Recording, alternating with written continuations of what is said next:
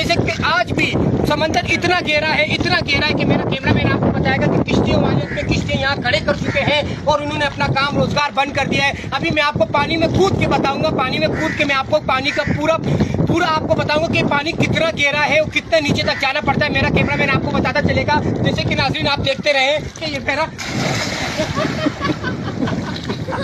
पानी आज जितना पानी गहरा है और पानी की शदत इतनी हो गई है कि यहाँ पे आवाम को परेशानी का सामना करना पड़ रहा है। और देखिए पानी की लहर इतनी हो गई है कि यहाँ पर आज भी लोगों को तूफान का मसला चल रहा है। और मैं आपको किश्ती के पास चल के बताता हूँ कि ये किश्ती की लहर देखे आप, और थोड़ा सा आवाम आपको नजर आ रहा होगा, पब्लिक यहाँ पर चल रही है और मेरे साथ यहाँ पर कैमरामैन आपको बताएगा कि पब्लिक बैठी हुई है।